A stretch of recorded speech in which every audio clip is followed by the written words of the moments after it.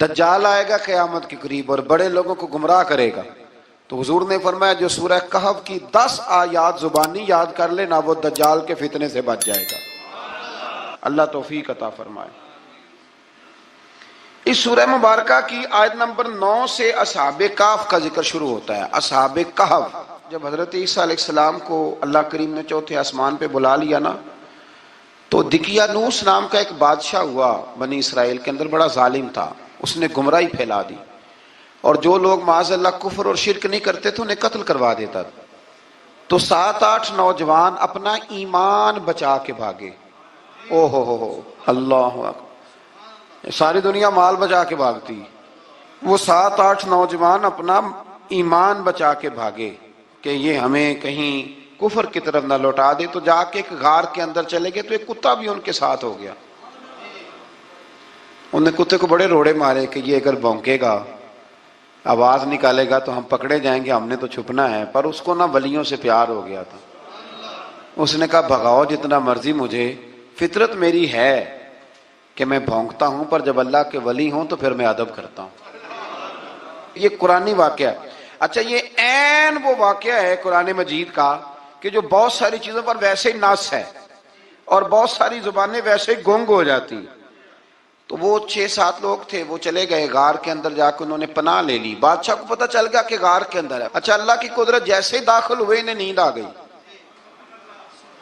یہ سو گئے. اور قرآن مجید کہتا ہے، قرآن مجید کے یہ لفظ ہیں کہ کتا غار کے منہ پر بازو پھیلا کے بیٹھ گیا، گویا اپنے مالکوں کی خدمت کر رہا ہے. اب میاں صاحب کی ایک بات کر لیں درمیان میں. میاں صاحب فرماتے ہیں جنہ تنا وچ عشق نہ رچیا کتے ہونا تھی چنگے، اور چلو مالک دے کر راکھی کر دے صابر بھوکے ننگے. یہ دیکھو نا کہ اتنا تو ان کے اندر بھی کمال ہے. اپنے نا دونوں بازو پھیلا کے، کتا بھی غار پہ بیٹھ گیا. ان کو نیند آ گئی. بادشاہ نے پتہ کرایا کہاں بھاگ کے گئے، تو کہا وہ غار کے اندر ہیں. بادشاہ کہنے لگا کہ ان کی سزا یہ ہے کہ ایک دیوار چن دو غار کے منہ میں، غار کوئی بند کر دو. جس بندے کی ڈیوٹی لگائی نا غار چننے کی، بندہ بڑا نیک تھا، اس کو دیوار بنانے کا ذمہ دیا. اس نے نا دیوار بھی بنائی اور ایک تختی پہ نا سب کے نام لکھے، اور وہ تختی ایک صندوق میں رکھ کے وہاں بند کر دی. اور اسی طرح کی ایک تختی اس کے نیچے لکھا کہ ایک تختی ان کے ناموں کی نا میں مال خزانہ میں بھی بند کر رہا ہوں. اللہ تبارک و تعالیٰ کی قدرت کے بعد مفسرین نے لکھا ہے وہ 100 سال تک سوئے رہے، اور بعض نے لکھا ہے کہ 300 سال تک سوئے رہے. 300 سال کے بعد اس طرح ہوا کہ حکومتیں بدل گئیں. بیدروس نام کا ایک بادشاہ آ گیا، وہ بڑا نیک دل تھا. اس نے ہر طرف حضرت عیسیٰ علیہ السلام کی شریعت کا پھر سے نعرہ بلند کیا. اب نا کچھ لوگ ایسے تھے جو منکر ہو گئے تھے کہ مرنے کے بعد دوبارہ کیسے اٹھیں گے. بادشاہ ایک دن اجرے میں گیا، جا کے دعا مانگی، یا اللہ کوئی ایسی بات دکھا جس سے لوگوں کا ایمان پکا ہو جائے. اس طرح کے بھی بادشاہ ہوا کرتے تھے.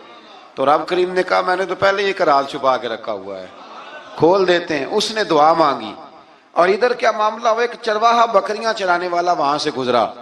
اس نے سوچا یہ دیوار ہے، اگر اس کا منہ کھول لوں نا کبھی تو میری بکریاں یہاں تھوڑا سا دھوپ کے اندر سستا لیا کریں گی. اس چرواہے نے کیا کیا کہ اس نے وہ دیوار گرائی تاکہ میری بکریاں اندر جایا کریں. وہ دیوار گرائی تو اس نے اندر 6-7 لوگ سوئے ہوئے دیکھے اور کتا بھی سویا ہوا دیکھا.